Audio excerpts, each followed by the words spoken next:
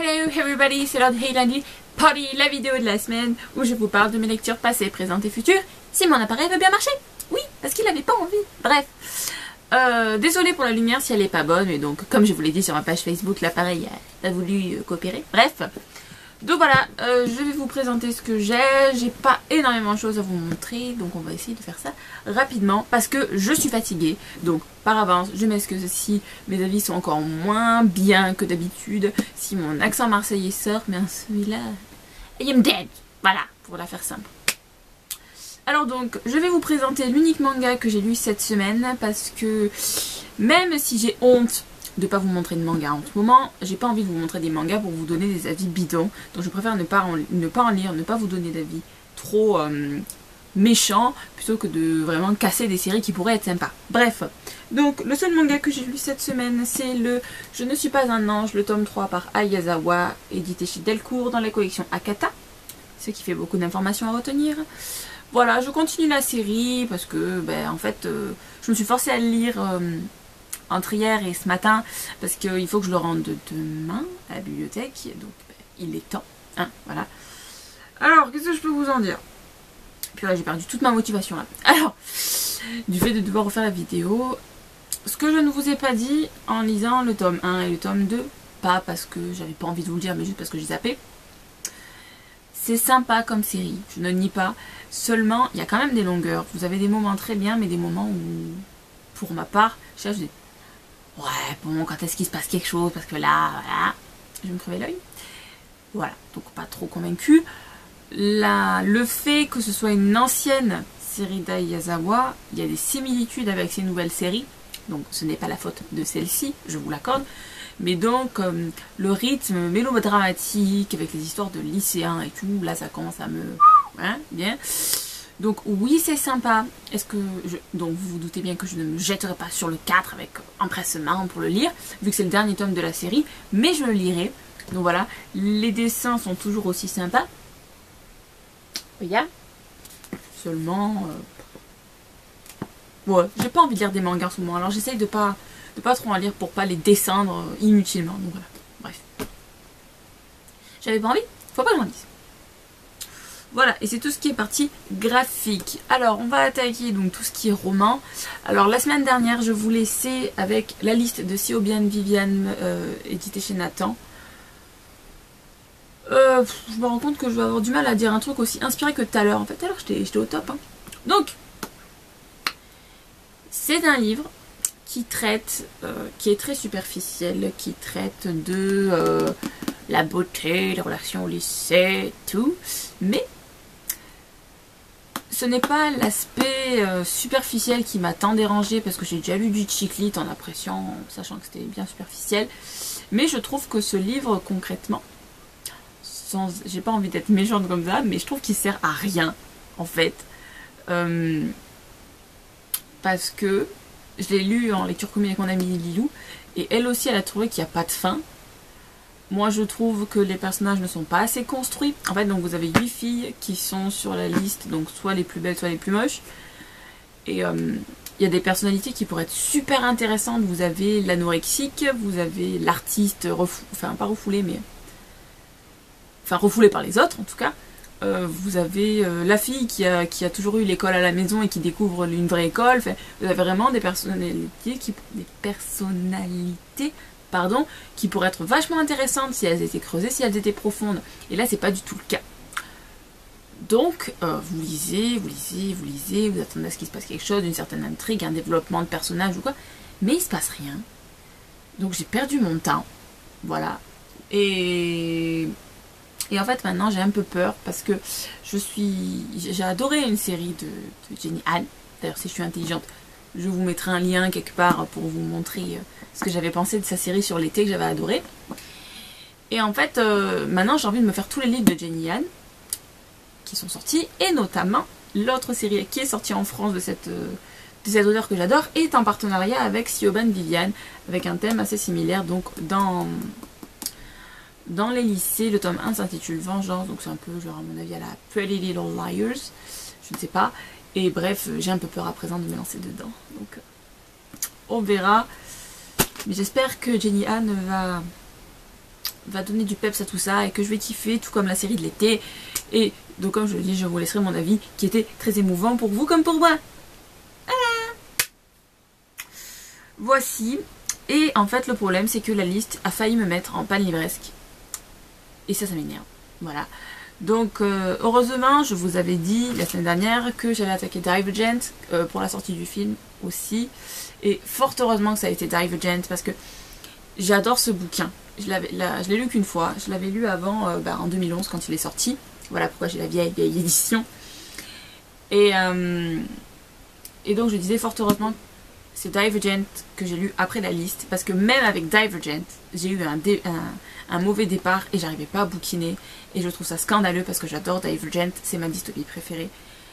Plus que Hunger Games, plus que n'importe quoi. J'ai même pas d'autres exemples qui me viennent en tête parce que celle-là c'est ma préférée. Alors que j'ai lu que le 1. Très étrange. Bref, j'adore. Et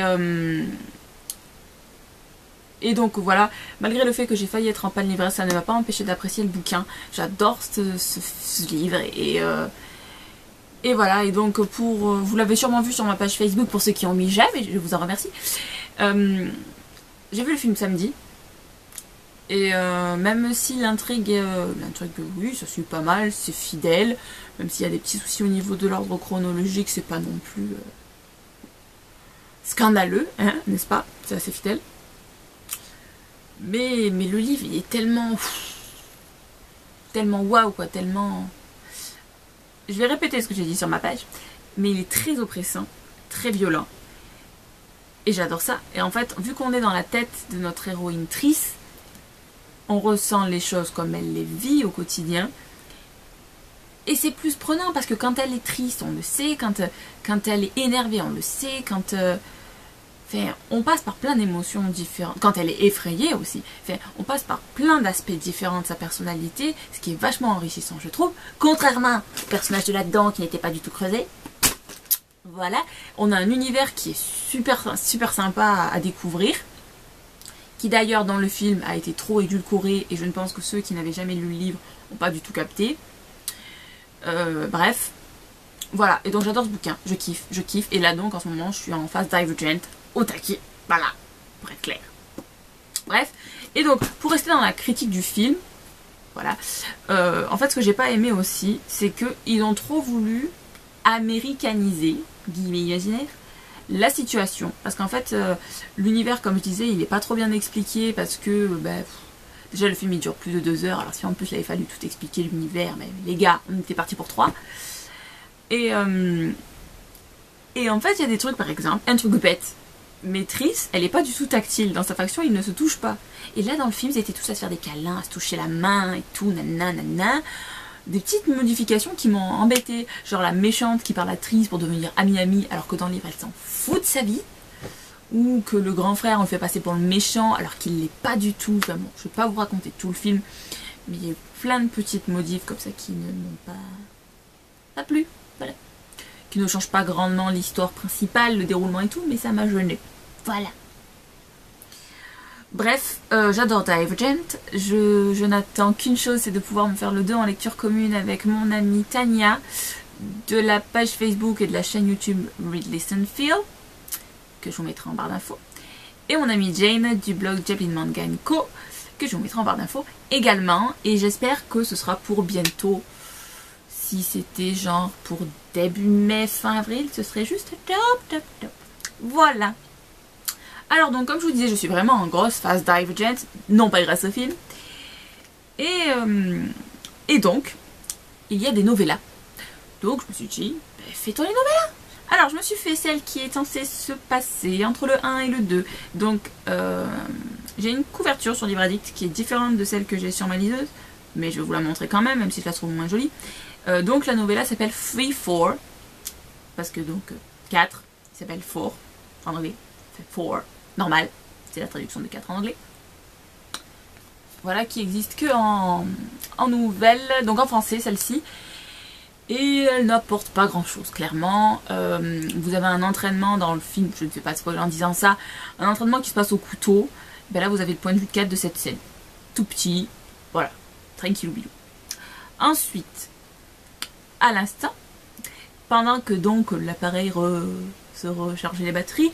J'ai fini, parce que j'en étais au début, je l'ai commencé ce matin, une nouvelle qui est censée être avant le tome 1 de Divergent, qui s'appelle Le Transfert, grosso merdo, qui est sur 4 aussi, et j'adore la couverture, je la kiffe, je la kiffe. Voilà, celle-ci est en anglais, et j'ai du mal à lire, d'ailleurs, nota bene, dont vous fichez probablement. Bref, celle-ci était beaucoup plus sympa. En fait, elle est avant le tome 1, comme je vous disais, c'est sur quand 4 a été transféré, d'où le nom, dans la faction des audacieux, ses premiers instants en audacieux et sa vie quand il était dans son ancienne faction. Voilà, pas faire trop de spoil non plus, faut pas déconner. Et là, ça m'a plus plu, parce qu'on a vu un peu ses peurs, on a vu son vécu quand il était dans son ancienne faction, pourquoi il est parti, et là, c'était beaucoup plus sympa, et vu que 4 est un personnage fort agréable, ben, j'ai adoré, voilà. Donc, je suis vraiment dans l'ambiance de Divergent, et je me languis de lire le 2, si vous ne l'aviez pas compris, après les nombreuses minutes dont je vous parle de cette série. Voilà. Et donc, je l'ai fini à l'instant, le transfert, mais j'ai quand même eu une autre lecture en cours qu'en fait j'ai attaqué hier. Bah ouais, hier, tout simplement. Oh, mais là vous allez avoir la couverture en grand, c'est top. Pardon. Donc j'ai attaqué ça hier, le fameux Tes mots sur mes lèvres de Katia Millet, édité chez Territoire, normalement. Là, moi j'ai mis que je l'avais en e-book, alors ça met 12,21. Voilà, j'en suis au tout début, j'en suis à 13%. Et qu'est-ce que je pourrais vous dire? En fait, on sait rien sur nos deux protagonistes, que ce soit le garçon ou la fille. On sait juste qu'ils sont perturbés, qu'ils ne vivent pas comme les autres, qu'ils sont en autarcie. Mais on n'a aucune idée de ce qui leur est arrivé à l'un comme l'autre. Donc, je ne suis pas tant attachée que ça, mais je suis intriguée. Donc, je vais continuer ça tout à l'heure pendant que la vidéo se mettra en ligne pour vous. Et voilà, vous aurez mon avis la semaine prochaine dessus, parce que là vraiment je peux rien dire. Mais ce qu'il y a de cool, c'est que même si ça me plaît pas, ça me valide un challenge pour un critère pour mon challenge États-Unis que Noémie Diniakapa a créé, parce que ça se passe en Floride. Voilà, bref. Donc c'est tout ce que j'avais à vous présenter cette semaine. Donc il faut que je vous présente des futures lectures, même si je vous avoue je sais pas trop ce que je vais bouquiner, parce que donc vu que je suis au tout début de Tes mots sur mes lèvres, ça reste assez énigmatique. J'en ai un que j'ai emprunté à la bibliothèque, alors je pense qu'il faudrait que je le lise. C'est le tome 2 de Chronique de la fin du monde par Susan Beth Pfeiffer, édité chez Pocket Jeunesse. Voilà, j'avais trouvé le 1 mais tellement excellent, tellement... J'allais encore dire oppressant. Faudrait que je trouve des synonymes dans ma vie, ça pourrait être sympa. Achetez-moi ça pour mon anniversaire, ça serait bien pour vous. Très dur, très réaliste, très captivant. Voilà, je sais pas, c'était captivant, c'était horrible, mais je sais pas, j'étais happée dedans, même si ça fait peur. J'ai adoré. Et en fait, justement, apparemment, ce tome 2, c'est exactement comme le 1. On va vivre sur la même durée de temps que le 1, mais du point de vue d'un autre personnage dans une autre ville. Donc, comme vous vous doutez, le titre, bah, c'est sur la fin du monde, un livre post-apocalyptique. Et voilà quoi. Ça va être cool. Ça, s'il est du niveau du 1, mais je vais kiffer. Voilà, alors j'espère que je vais apprécier à sa juste valeur, parce que comme je vous disais la semaine dernière, c'est pas le genre de bouquin que je lis souvent, et vu que la semaine dernière j'ai lu La Princesse Vénéneuse, j'ai peur de faire des amalgames, alors c'est pour ça que j'hésite à me le faire, même s'il me fait grave envie. Voilà, et bon, je vous montre pas la partie graphique, vous aurez la surprise la semaine prochaine. Donc voilà, je vous souhaite une bonne soirée, de bonnes lectures, et à bientôt.